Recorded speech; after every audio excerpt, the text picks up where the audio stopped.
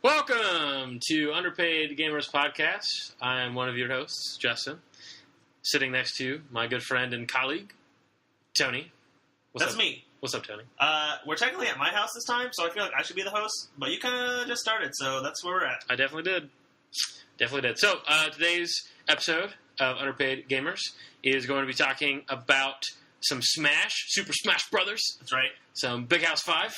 The Big House 5 just happened last weekend, and I went super crazy about it. Justin, not so much, but I like Smash more than Justin. He does. And we're also going to talk a little bit about Star Wars Aftermath, the book that I finished recently, and a couple of fan theories about Star Wars and also smidgen of Game of Thrones. So I made an intro song, so let's listen to that.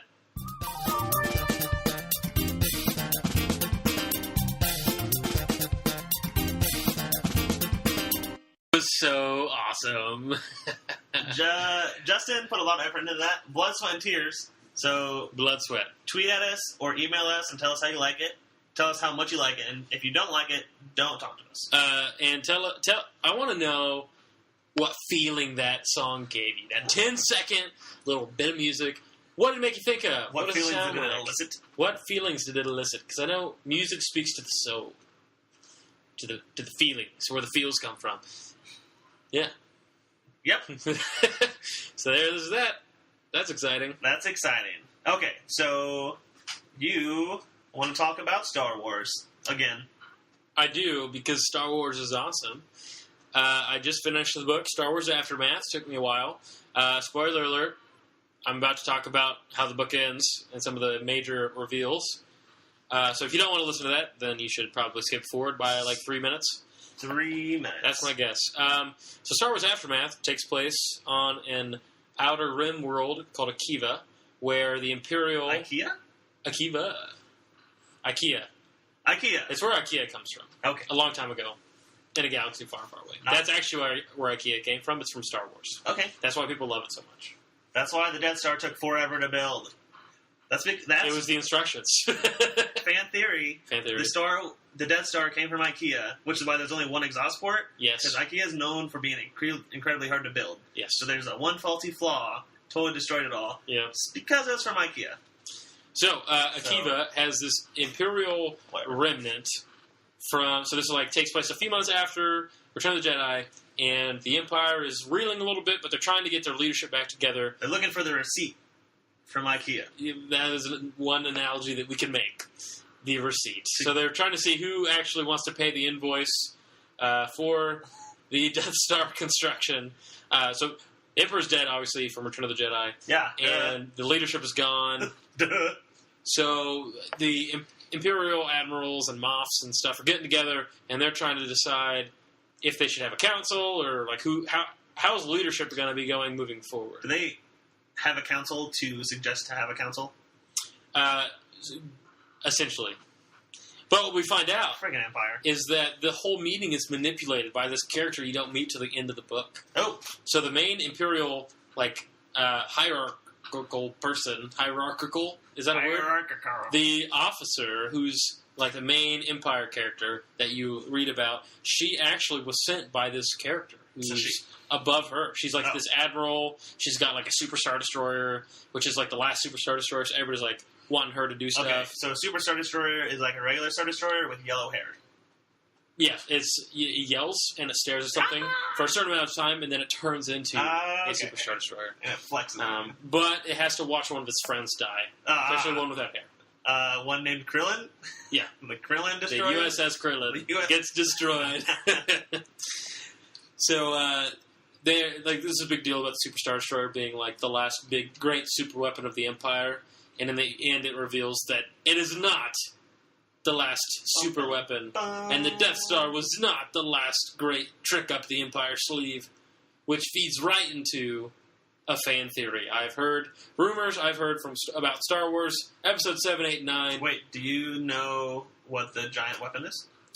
I think I do. From the fan theory, it doesn't say it in the book. Oh, okay. It alludes to one. It also alludes to a character that's pulling the strings. So Aftermath isn't the end of the story. Aftermath is apparently, from what I understand, it's going to be a trilogy that leads up to The Force Awakens, but the first one came out before is coming out before the movie, which it just did, and I read it. Okay, so Aftermath is part of the canon that still exists? Yeah, it is part of the new canon. The Dark Horse comics? Not Dark Horse. No. This is not a comic book. This is a novel. Graphic novel. It's a novel. A novel. It's a novel. Okay. I lost what I was So thinking. the's no pictures. So there's no pictures of this one, except for on the front. I'm not going to read And it. I read it on my Kindle, so it really had no pictures. Oh, gosh. Even there's no cover. So apparently there's super weapon. But this is canon that's back in. Yes, Okay. it is. It's real. I think the enemy was General Hux, is my assumption, was the person who was pulling the strings behind the Admiral, who was like the main character. Which was the girl. Which was the girl. Who she survived the meeting. All the other people in the meeting died, and the unknown How they die. Imperial officer was saying how that was weeding out the weakness and trying to bring about a stronger empire. So, it's Charles Darwin. Essentially, Who it is is- natural empire selection, where you are put through the gambit, and if There you you go. die, you're no longer in the empire. You're out. So the book, it ends very. Well, that happened vaguely. with Darth Vader, right? When he was getting trained.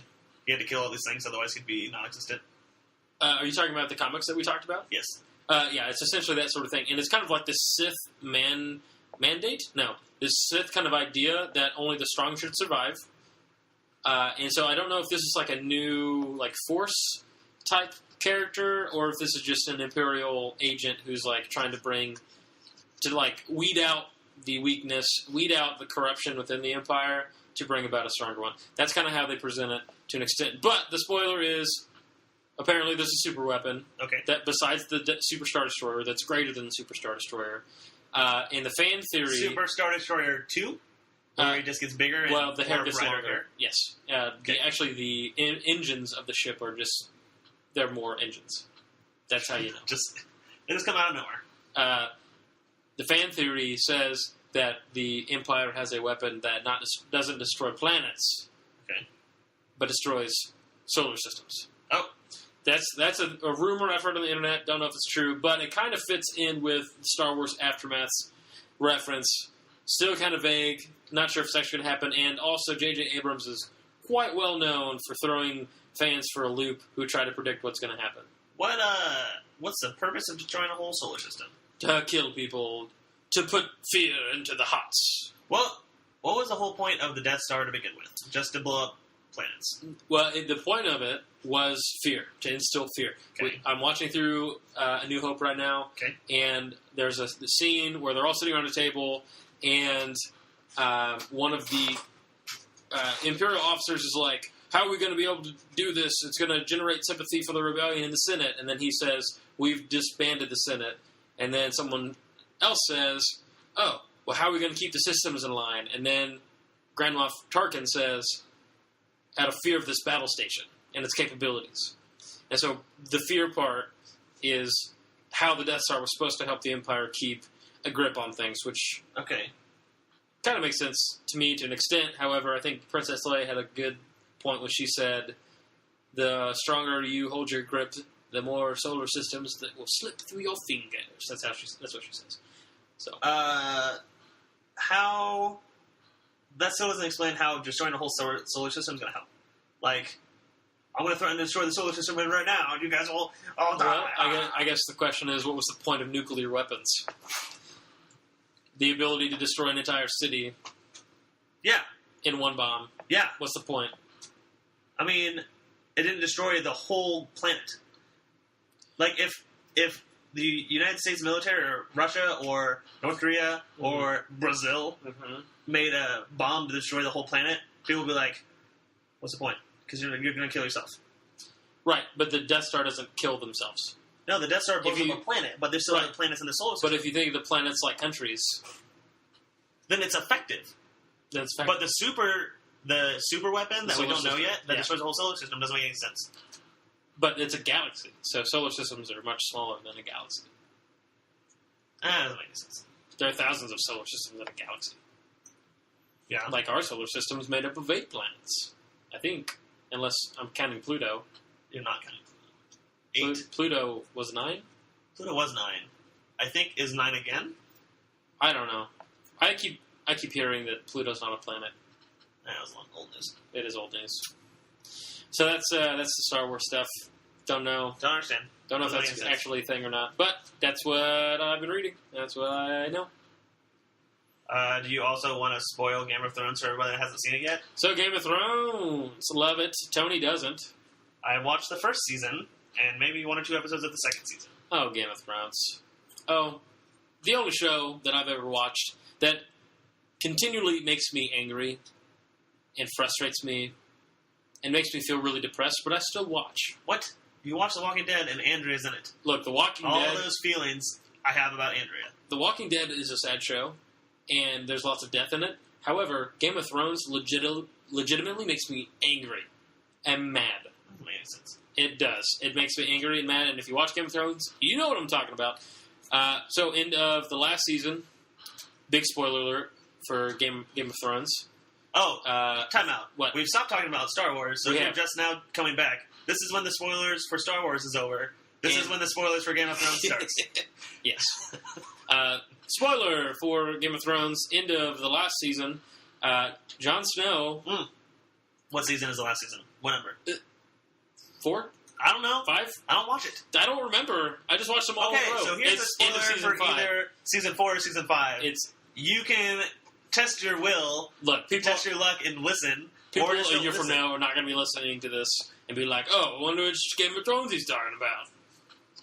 What? Maybe not. I don't know. Just talk about it. Okay, so... Listen, if you're still listening and you don't want to be spoiled, then it's your fault. Okay. Game of Thrones, into the last season... Whichever Jon Snow, if they've been watching, they know what season this is, too. Jon Snow gets stabbed 1,000 times and dies, and he bleeds out in the snow. That's the last scene of the last episode of the most recent season, and everyone was really sad because he's like one of the last main characters from season 1 who was still alive. We've gone through rooting for all these characters who all continually keep dying. Is Jon Snow the one that looks like a Jonas brother? Yes. That's the best way to describe him. Jon Snow dies, and everyone was upset. But there's all these theories floating around the internet that he's not actually dead. And people would not accept it. Because in the books, apparently there are 3 people who get resurrected. Oh. And there's this thing in Game of Thrones about 3s. And there's this thing about Game of Thrones with Targaryen blood, which kind of goes into a whole nother theory about Jon Snow that I don't want to get into. Either way... Most people assume that Jon Snow has Targaryen blood, even though he's a Stark. Weird kind of story. Either way, maybe a different episode. I don't know. Tony's not really into Game of Thrones, so I don't know if that's actually going to happen. However, there have been recent photographs from Northern Ireland at the recording place from the set of Game of Thrones, also season Star Wars. 6 or 5. Are there whichever one is the photographs next one. of Game of Thrones? Is there Mark Hamill about to fall off a cliff in the background? Yes. The one they recorded in the same place? Yes. Northern Ireland? I mean, they basically, they share the same equipment as to save money. There you go.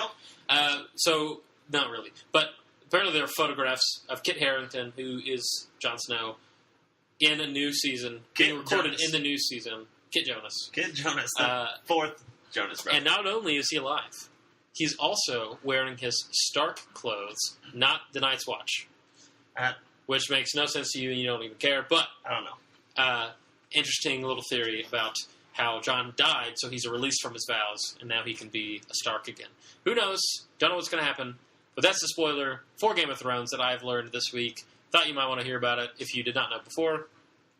That's what I got with Game of Thrones.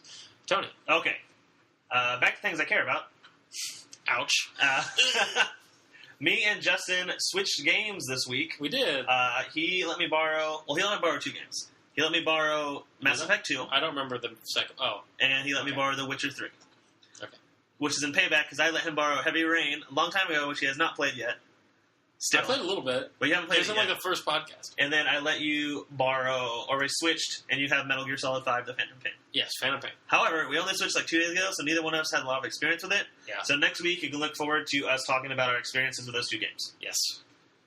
Something that I very much wanted to talk about today, which is a little different because the way we've been doing our podcast, we have backlogged like 7 episodes. Yes. We made these episodes before we started posting on iTunes and SoundCloud. Mm-hmm. But today, last weekend, we talked about the Big House 5 happened on October 2nd through 4th. And today is October 5th. So we're going to talk about that, which means we're going to release this episode along with some of our backlogged episodes. So there's going to be some different formatting issues, and Right. there's also, I think in some of these episodes, I talked about the Big House 5 in the future. So, We apologize for that. so sorry. Also, you'll know which ones aren't the old ones and which ones aren't the new ones based on the sick intro music that you heard at the beginning of this podcast. Yeah. Because it was awesome. Yes. Let us know how you feel. So I think in the order that we've done this is episode 8, but when we release it, it's going to be episode 4. So it's going to be really confusing, Just don't worry about it. but Just listen. Just listen, and you'll be fine. And then like it. And then comment. Okay. And then share it. So, Smash. Smash. Love it. Super Smash Brothers. Which Smash are we talking about today, Tony? Specifically, Super Smash Brothers Melee, All right. which is All right. one of my favorite games. It's the classic one. Is my favorite competitive game of all time. I know. You And- force me to play you all the time. I do. But specifically, spectating competitive play. I would like to It's my point out favorite. that the last time we played Smash, I beat him 50-50. That's true. We beat him 50% of the time, which is good because we had a little hash out before, Which you have heard. which you may have heard about. I don't know if It was on the podcast. Is it in the We first? talked about it. Okay. Oh, See, we that talked might be about in the... Okay. Either way, I said, oh, you probably beat me 60-40, and then we played for official record, and he beat me 80-20. it. We didn't even play 10 games. You gave We up did. after... We played like 6 games. Yeah. And after I won like 5 in a row, you gave up. Yeah, I was done. I was like, this is dumb. So, I thought it was impressive now that we've... So now, last time 50-50. we played 50-50. Yeah. However, I guarantee you, if we played today, I would win 80 at least. Okay. Talking out of his butt. That's okay. What do you want to talk about Whatever. again? We're talking about Super Smash Bros. Melee, which is my favorite. Competitively, what I got into Smash was the Smash documentary, which I made you watch in college. in college. And I have seen the whole documentary I've seen the first couple episodes. 3 times all the way through. Shoot. It's my favorite documentary of all time. That's nuts. It is on YouTube. It is made by West Point Productions, I believe. Good job, West Point Productions. It is a 8-episode documentary. Every episode's like an hour. 30 minutes to 40 minutes, so shorter than our podcast. It just goes about through the history of Smash, Melee, Yep. competitive play. Yeah. And I Um, think even if you're not interested in Smash Brothers, it's still an interesting well, story. you should be. First off, yes, you should be interested in Smash. Smash is one of those great game series that I think transcends generations of gaming, as we can tell by evidence of Melee still being around That's right. and being talked about. Yeah. But even if you don't like Smash as much as we do, but you have played Smash before, watch the documentary, give it a shot, and you'll enjoy it. It's put together really well, to where it has like drama and intrigue and And first-person interviews Yeah. and all these other great things. Like I said, it's on YouTube. Yeah. Just search Smash Brothers Melee documentary. Yeah. There is the original 8 or 9 episodes, and there's a remastered 8 or 9 episodes. The same guy, East Point Productions is what it is. He went through all the 8 top players at the time. This came out a long time ago. And at the time, Armada hadn't really been that big. But now he's making a whole episode or whole movie based solely on Armada. Right, and that's kind of how the episodes work in it, which I think is nice. You get to know the people who are really good at Smash and kind of that go to these tournaments and kind of started the whole competitive scene Yeah. of Smash, and you get to know the people. And I feel like the documentary would be boring if it just talked about the events for, No, the documentary 5 hours, is but- about the people and not about the game. Yeah. It's about the people that play the game. and that's what makes it enjoyable, I think. So I've watched it 3 different times. And then when you watch tournaments like, I don't know, the Big House 5, you know some names Yes, kind of. to an extent. The documentary was before the 5 Smash Gods, which is kind of the era that we're in right now. Mm-hmm. But the documentary and episodes, I've written down who is in these. So the first episode is about Azen, who is from the East Coast. He played Marth. The second episode is about Ken, who is on the West Coast, who played Marth, who was the first official King of Smash, King of Smash. who won Official. more tournaments than I think anybody to date.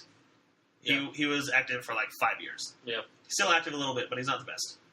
Yep. Isaiah, who was his partner, Mhm. who was awesome, who was a legend in the Smash community. Legendary status. You'll hear about him. If you watch streams, sometimes they'll talk about him. And then there's PC Chris, who I think is my favorite player of all time. PC Chris, Port Chester is where he's from. He was like the cool Smasher. So he like skated and like in high school, you see those guys that are like skateboarders and like wear these cool clothes and do all this stuff and just like cool in general. Yeah, that's who he was. But he also played Smash. So he wasn't a gamer per se. Right. In Persona, sure, he had other things going on in his life. Yeah, so he wasn't like. Sometimes we think of gamers. So he wasn't like the basement troll or me. No, we're not either one of those. But you picture like the basement troll who like doesn't shower for like 3 weeks and just has the gamer funk. Right, but he wasn't. He was like a cool guy. Solid. And then he won some tournaments, which is really important. Korean DJ, who was awesome, who you don't hear a lot from anymore. And then Mango, who we're going to talk about a lot.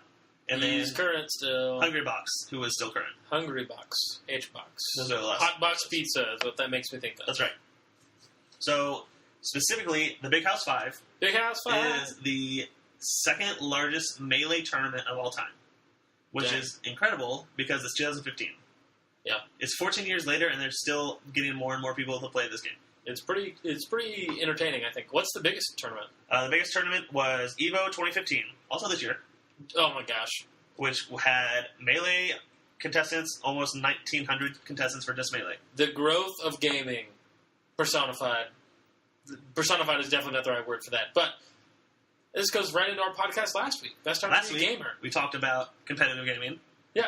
And we talked about EVO. Is this the best time to be a gamer? I think yes. Yes. If you didn't get that in our last one, summary is yes is the answer to the question of the title.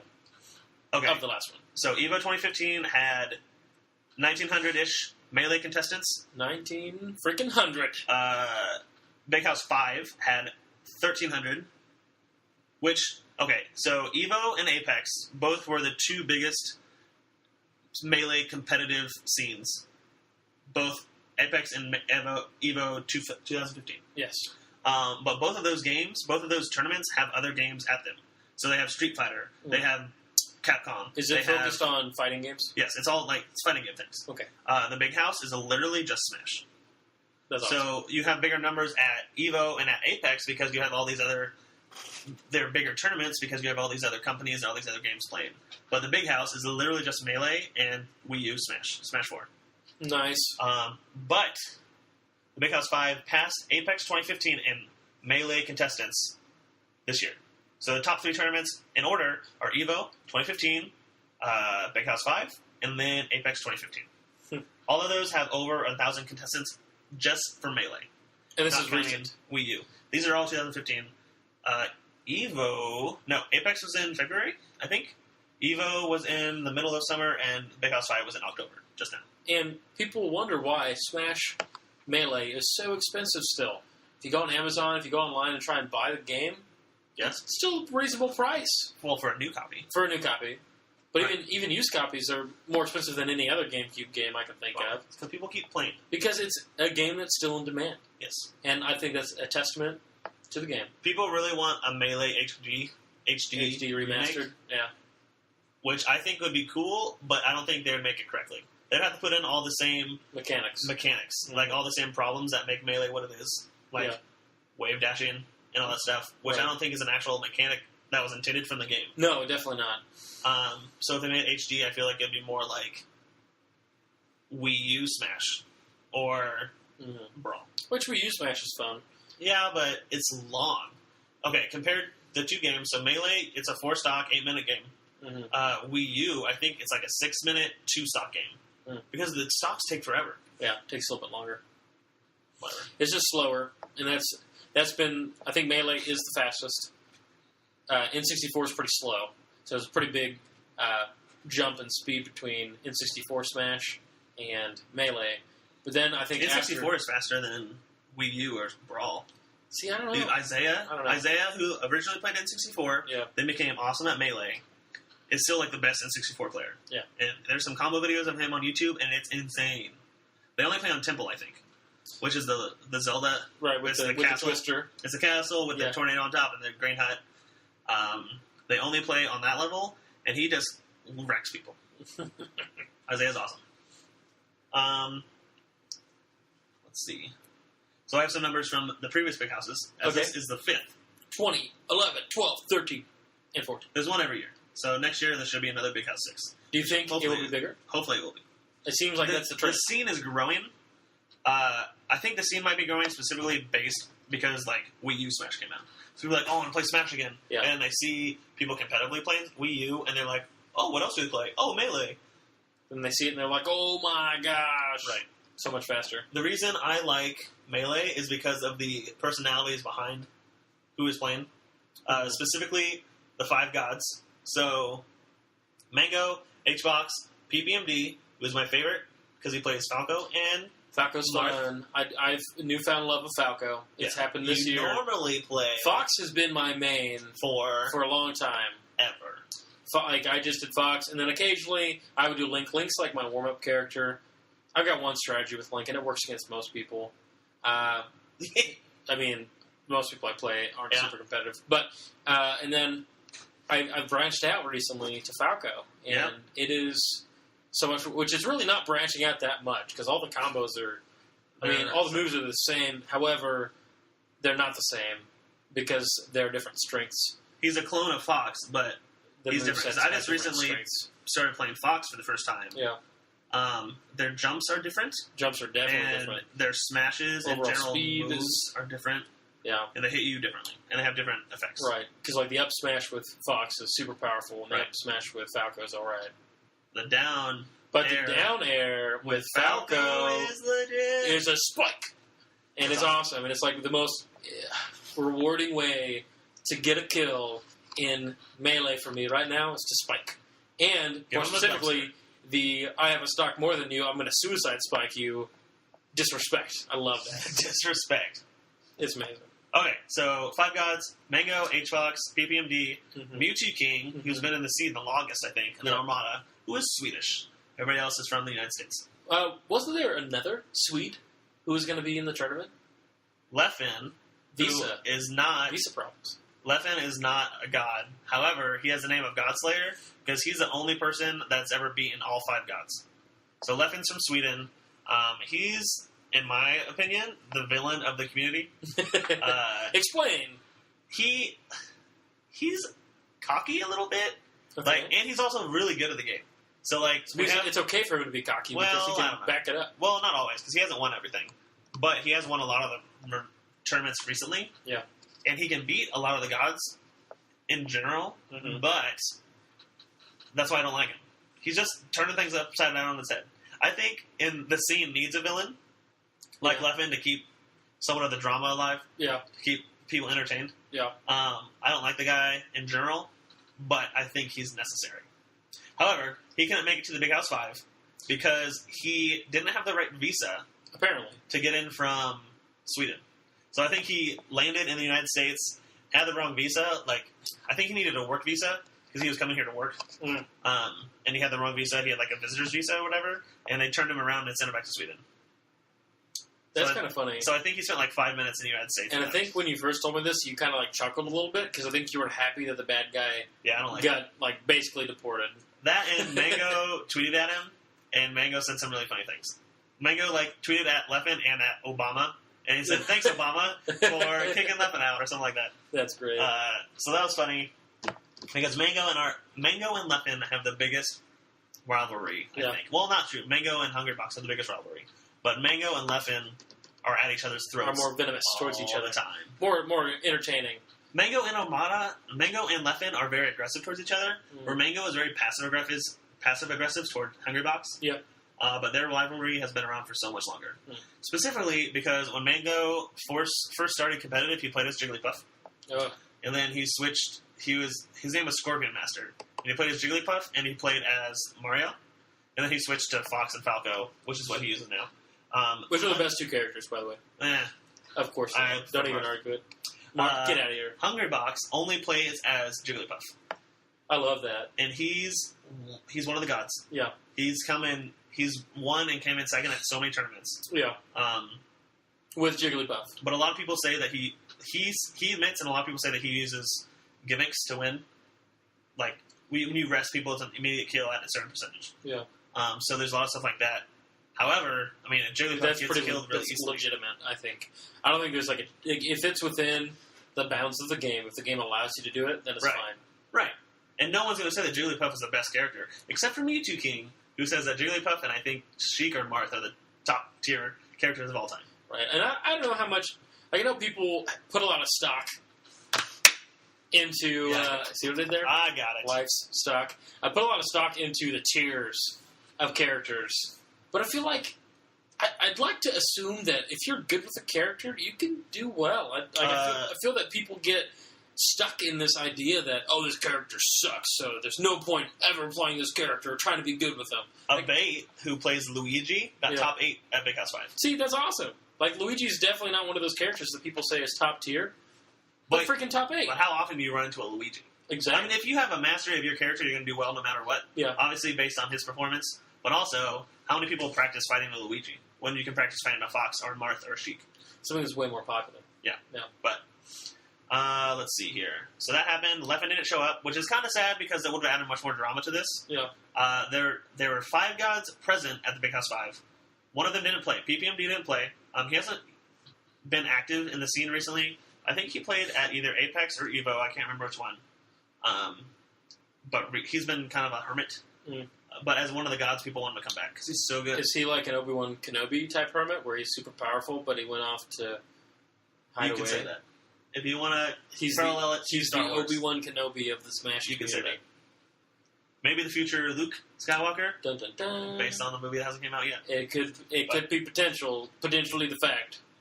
Okay, so previous Big Houses. Big House 1, the original about Big it. House, OGBH, was in 2011.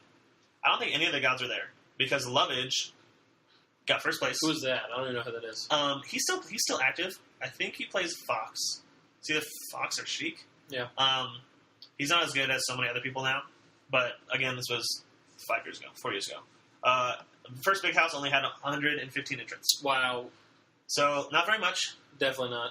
I don't even know if you qualify as a big house. Maybe a medium house.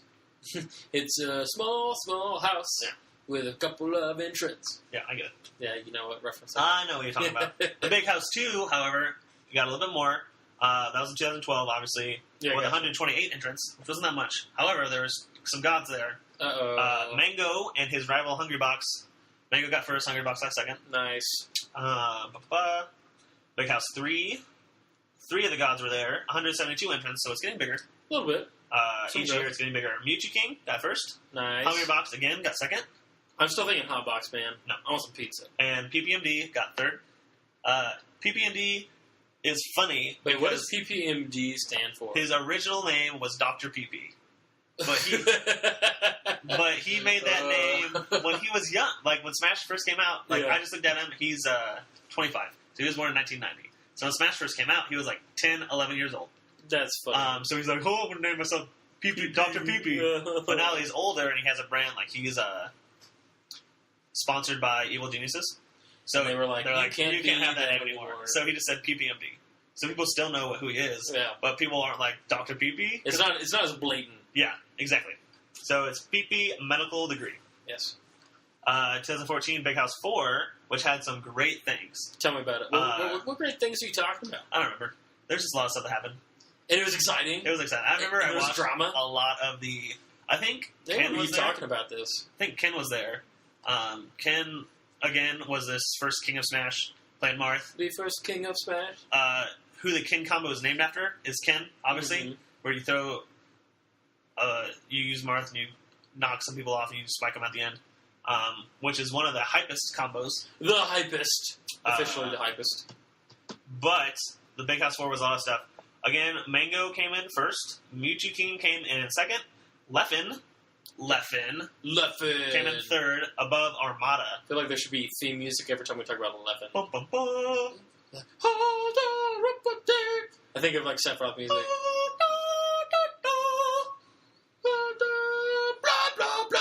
Exactly. Anyways, the Big House 4 had 574 entrants. Yep. So that's almost 5 times as many as the first 3. So it's getting bigger. Yes. Officially, larger house. Larger House 4. Much larger. More like a large guest Big House 5. pavilion. What? Don't a even, large guest. Don't even. Okay. Don't worry about it. So back to me. Just ignore Big House what I'm 5, which happened last weekend. saying. Yes. Spoiler alert for all those that want to watch the YouTube videos and Spoiler be alert. surprised. Who wins? All 4 of the gods were there. All 5, like we talked about, were there. PPMD didn't play. First through 4th was all the gods, which makes a lot of sense because they're supposed to be the biggest and best. So if anyone beat them, They don't want to be a god anymore, essentially. Essentially, dethroning the gods. Armada Which, got number 1. Armada is Armada. essentially ranked number 1 in the world right now at Smash. Who was he in the Smash documentary? No. He came in... Who is Armada? Armada is a Sweden. Oh, okay. He's a Swede? Swede who plays Peach. And then he very recently, this year I think, brought out a fox. Oh my god. He used to just play Peach. But Those dirty turnips. Which he's the best Peach. They called him the Swedish sniper. Because he would always get the Peach. He'd always get the turnips and snipe people off the level. And it was always super hype. But I think people started wising up to him. Yeah. So he had to switch characters. So he practiced a fox by himself. And then one tournament he brought it out. And everyone was surprised that he had another character. And I think he won that tournament. That surprise factor. Nobody knew what to do. But Armada is ranked almost by everyone as the number 1 player of all time right now. Of all time? He's won... Better than Ken? Well, maybe not all time. But as of right now, in the world, number 1. Okay. Because he just wins everything. Fair enough. And he's a Swede. So Amada came in first. Hungry Box came in second. Again, as he does. Mewtwo King came in third. And Mango came in fourth. And he was so upset that he didn't play better. Yeah. There was these... there's always these interviews at the end of the game. Yeah. At the end of the tournament. Right. Bobby Scar, who is a... is he an announcer? He's an announcer, but he also plays. Like, he plays top 64. I think. Okay. So he interviews them. They're always really funny. He's really good friends with Mango, and Mango just got on the interview platform and just, like, didn't say anything because he was so upset. That's awkward. But Scar, being really good friends with him, just, like, talked for him. Yeah. But it was super funny. That's rough, man. Like I said, Mango and Hungry Box have this huge rivalry. Yeah, and I think you can see it just throughout the years. Hungry Box is always up there, but doesn't seem to win. Mango's got a couple wins under his belt. Mango has a couple wins over him. Mango gets really upset whenever he loses to Hungry Box. Specifically, I think because Mango started the Jigglypuff trend, and Mango knows Jigglypuff better than anybody, except for Hungry Box. Yeah. So when he loses a character that he knows better, or thinks he knows better, he just gets so upset. It can be frustrating. But the Big House 5 had 1,300 entrants. So 1,300. 13 times as many as the Big House 1. And again, like we said, it's the second largest tournament of all time. Melee tournament. So in 5 years, Big they House go 10. Big House 5, 10, whatever. In 5 years from now, or in the 5 2011, years that they have? from the Big House 1, Okay. Big House 5, 900, 1,200 more people, math, 1,200 more people join. That's exponential growth, right? Yes. That's like 100% times 100%. No, it's 1,000% growth, right? Math. I think it's 1,000. Someone do the Because math and contact 100% us. of 115 would be 100. 230. It would be... So it would be about 1,000%. 100% of 115 is 115. Right. So if you increase by 100%, it's increasing by 115%. Listen, it multiplied by like about 13. So it's a little bit over 1,000%. Anyway, that just kind of shows, like, okay, the Big House is held in Dearborn, Michigan. So Michigan. It's right in the middle of the United States. Who likes Michigan? Not a lot of people, from what I understand. Especially one of our friends. However, it's really easy to get to Michigan because it's in the middle. It is in the middle. So I think The that's why Midwest. there's so many people. What a great place. The flyover states. Stop trying to use subliminal messaging. But because people love the Midwest. Anyway, But most people hate it. so that was singles. Yeah. Armada won singles, and the other guys got in fourth through second In singles. in singles. Okay. I didn't mention this was, I think, one of the first Melee tournaments that was crowdfunded. Crowdfunded? So What do you mean? Was the entire thing paid for? no, Or is it just the pot? they added money to the pot. I think you could Added money to the pot. buy Okay. posters and things like that. Yeah. And then that money was added to it. So as well as what was already in the pot, there were some pot bonuses. Were those paid so for by sponsors or something?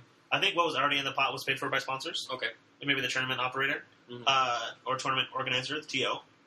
But based on the crowdfunding, there was $500,000 more in the singles pot. Wow. There was $2,000 more in the doubles pot, and $5,000 more in the crews pot. Crew battles are so much fun. Crew battles are awesome. I love crew battles. They had a crew battle bracket, whereas instead of like just North Cal versus SoCal, Yeah. it was crew battles throughout the whole place. Okay, so who was in the crew battle bracket? Crew battle. SoCal, North Cal, so Southern California. Southern California, Northern Northern California. For those of you who don't know what he's saying, I fixed it. you did. New England, New England.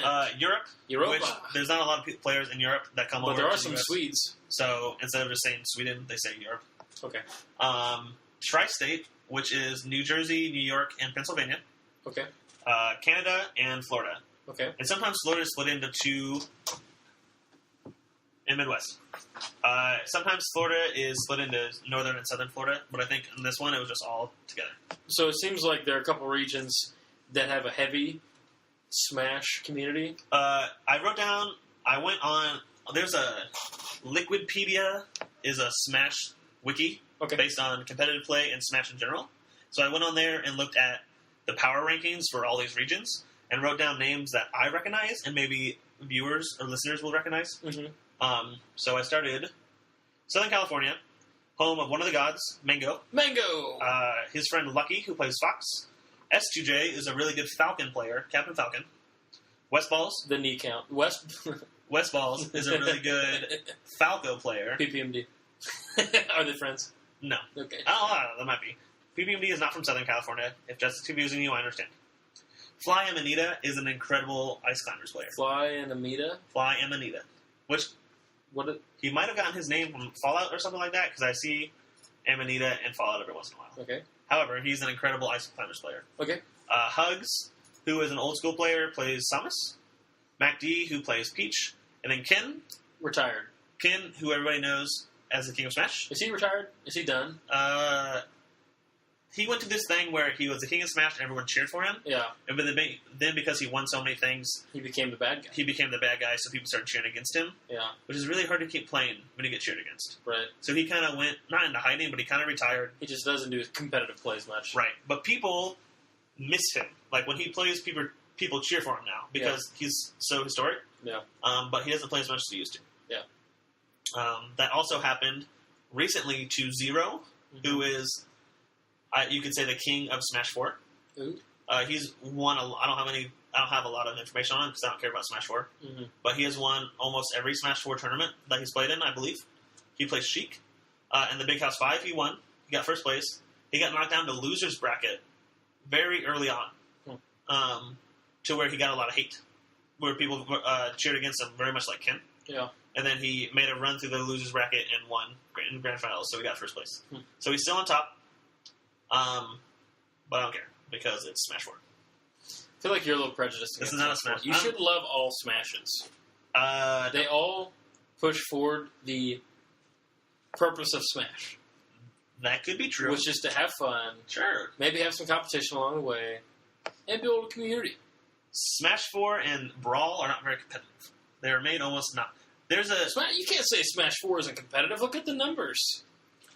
Look at the numbers. They have a lot of numbers. I have the numbers. So, for Big House 5, there's 516 Wii U contestants. Yeah. Which is less than half of Melee. Right, but Melee's established. For EVO 2015, there was 2,000 Wii U contestants, which was more than Melee. Yeah. However, like I said, EVO and Apex were both other fighting games. Yeah. There were other fighting games there. So this just draws in a whole big crowd of people in general. Yeah. Then Apex, there was 1,000 Melee contestants and 830 Wii U contestants. So Wii U is really popular, but it also is the newest. And it's the most easily accessible. Right. I mean, that makes sense. And, I mean, these guys, the Smash gods, had access to Smash at a young age, and they played the one that was available to them. I just don't think we should look at Smash 4 and demean it. So I feel like sometimes the looks you get in your face when you talk about Smash 4 is like you demean Smash 4. I hate it. But you play it. You play it, and you enjoy it. I mean, I like Melee better, but I think Smash 4 is fun, and I think it can be competitive. Mewtwo King has been a top contestant in every single Smash, except for 64, I believe. Yeah. He was playing at top of his game on Smash Melee and also Brawl. He was winning tournaments first on both, which is incredibly difficult. I think he also played Smash 4 for a little bit. He does. He plays as a pink Donkey Kong and plays really well. Oh, man. So I would watch that guy. I would watch Mewtwo King. He streams, too. Anyway, back to crew battles. Crew battles. So that was Southern California. Northern California has Pew Pew U, who plays Marth, I believe. SFAT, who plays Fox, who has, I didn't write him down, but in almost all the big houses, he's finished top 5. I think this one he finished 6th or 5th. So doing really well. He's up there. Shroomed, also, same as SFAT, has won so many tournaments, is a really big name, plays really well. He's just under the five gods. Yeah. These guys are biting at the heels. Yeah. Players that are just under the five gods, I would say S2J. Okay. West Balls. Shroomed, SFAT, and Hacks Money. Hacks Money. Those would be the five. I would talk about Hacks Money. Hacks Money played Falcon. He played Captain Falcon. And then there's a really funny story about how he thinks in 20XX, which people talk about, 20XX is sometime in the future where everyone realizes that Fox is the best character to play. If you have perfect tech and perfect skills and perfect inputs, Fox is the easiest and best character to play. So in 20XX, the near distant future, everyone plays Fox, and whoever has the best tech skill wins. He was a big proponent. He would say that was true, and he hated it. He hated the fact because he wanted to play Captain Falcon. Yeah. However, he has recently switched to Fox. Oh no! Which is funny. He's pursuing 20XX. He's pursuing 20XX. There's also a Melee mod out right now called 20XX. Oh my gosh.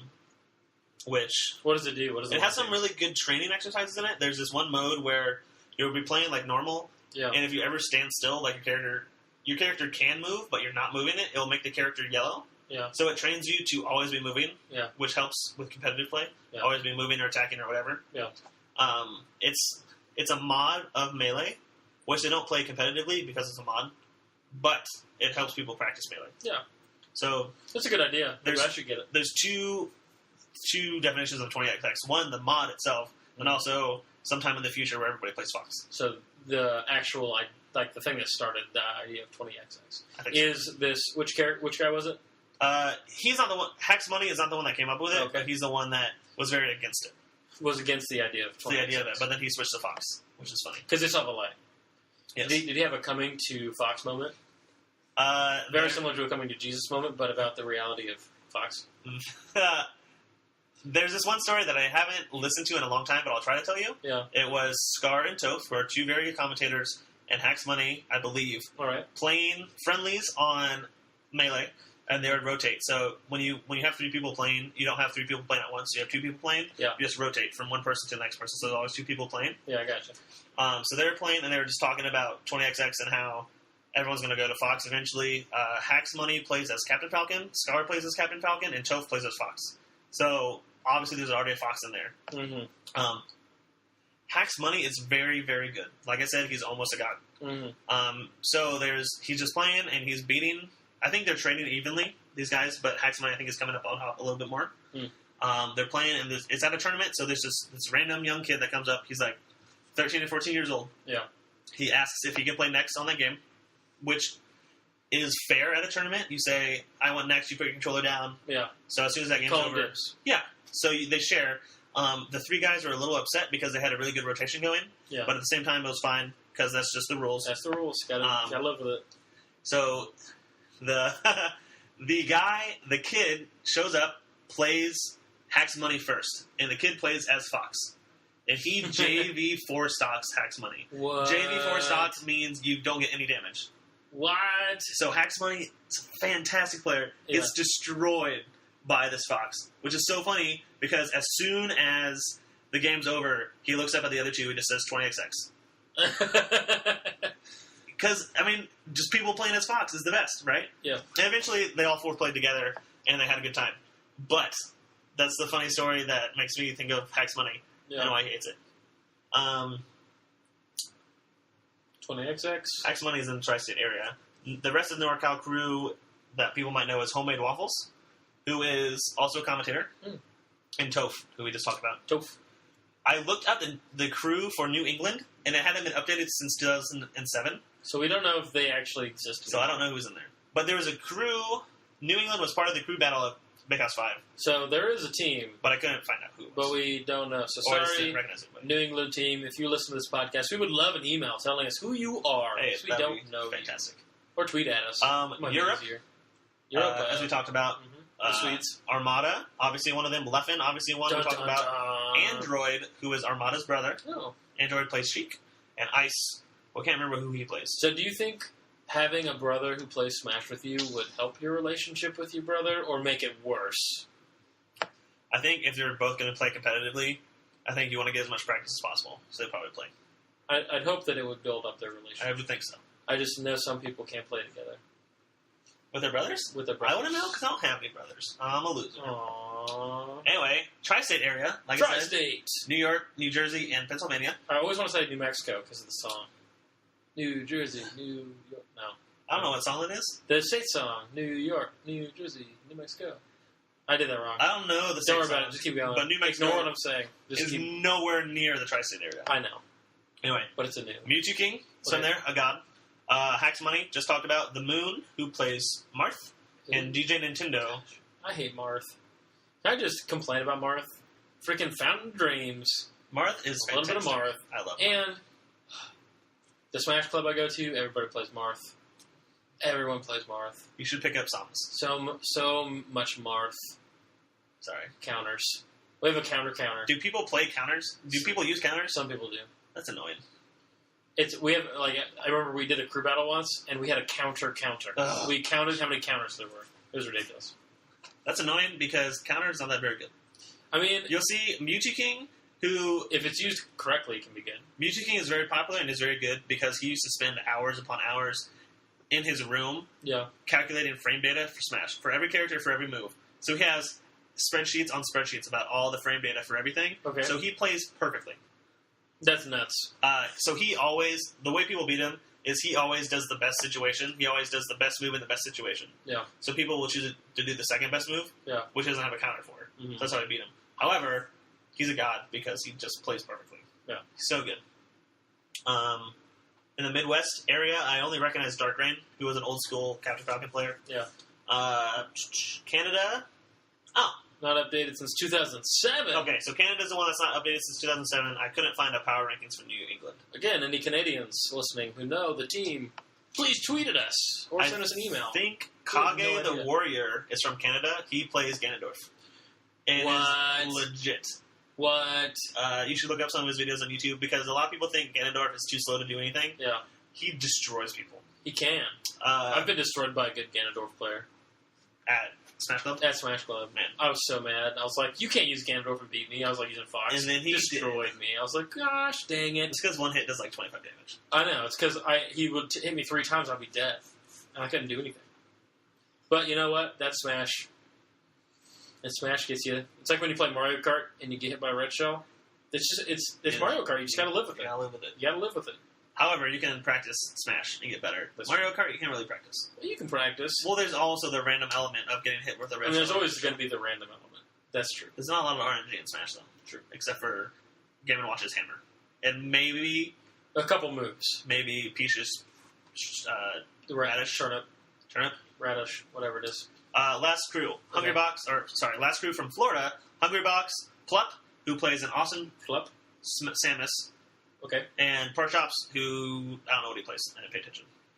But he's kind of popular. I recognize his name, but I don't remember. Well, I've heard Pork Chops are popular. No. But Pork Chops, the player. Okay, sorry. Anyway, so the winners of singles was Armada. Yay. Winners of the crew battle was SoCal. Yay. So Mango won that, even though he got 4th in singles. Yep. And winners of doubles was Armada and Android. Armada and his the brothers. The 2 brothers, the 2 Swedish brothers. They won doubles. The Europa brothers. I think people got in second was Mewtwo King and Hungrybox. Yeah. Who have been on a tear recently in doubles battles, where Mewtwo King and Hungrybox have destroyed people. Oh, yeah. But Armada and Android brothers play together and just won convincingly. Nice. So Armada won everything, except for crew battles. So Armada is awesome. That's the Big House 5. I was so pumped for it. I know, you were tweeting it. I was tweeting at it. I watched all weekend. Yeah. Top 8 was amazing. Top 8 was commentated by Toph and Scar, who are some of my favorite commentators. They also do the Melee It On Me show, which is on Twitch. Yep. And if you're listening and you're like, wow, I had no idea that was actually happening. A really great way that you could stay on top of what's happening in the gaming world is to follow us. A really good way to stay on top of what's happening in the gaming world that I care about is to follow the Twitter. Us on Twitter, because I don't tweet about League of Legends, which I don't understand. Right. I don't tweet about Dota. We're not League of Legends people, so I mean, we may talk about it from time to time because there's gaming culture is around it, and we talk about gaming culture, so it's going to be brought up. However, we don't really follow it, we don't really play it, so it's going to be one of those limited conversations where we don't know what we're talking about. So, but if you listen and you like what we're talking about, we usually stay up to date on the things that we care about, and we think you might too, so follow us on Twitter at UP Gamers Podcast. At UP Gamers Podcast is our Twitter. Yep. You can email us at underpaidgamerspodcast@gmail.com. We would love to get feedback from you. We'd love to get emails, or I call them letters. He said email letters. Who calls them email letters? I did not call them the same thing. You said letters. I said email/letters. No, you didn't. There was no slash when we were talking. Talk to us. But if you would like to talk to us, we would love any comments, any ideas, maybe a question you have. We'd love to talk to you guys. We want to engage with you guys. We are on SoundCloud, and iTunes. And iTunes. You're probably listening to us on one of those websites right now. Yes. iTunes is really nice. If you want to leave us a comment or what are they called? Give us a review. Rate us and review us. Review us. Because iTunes, you have to have so many reviews before it shows up. Yes. So, like, if me and Justin and, like, 5 other people reviewed us and gave us all 5 stars, it wouldn't give us a review. It wouldn't give us a rating, like a star rating. But once we, like, break a threshold, it then becomes public. Yeah. So, if you like what we do, help us out. Give us a little bitty review. Give us 5 stars. Give us however many stars you want. No more than 5. No less than 0. Yes. Something like that. So just help us out. We really appreciate it. And again, if you ever have any questions, if you want to get in contact with us, you've got our contact information through those things. I believe that's all we're planning on talking about today. I think so. Like we said, next week we're going to talk about our experiences. Mine with The Witcher 3 / Mass Effect 2, and Justin's with Metal Gear Solid 5. Phantom Pain. So, talk to us. I was going to say follow us on Twitter. Yeah, I hope that's what you're going to say. This is a PG podcast. Follow us on Twitter. Talk to us through email. Listen to us. Share us with your friends. Yep. And we will be talking to you next week. Yep. See you later. Thanks for listening.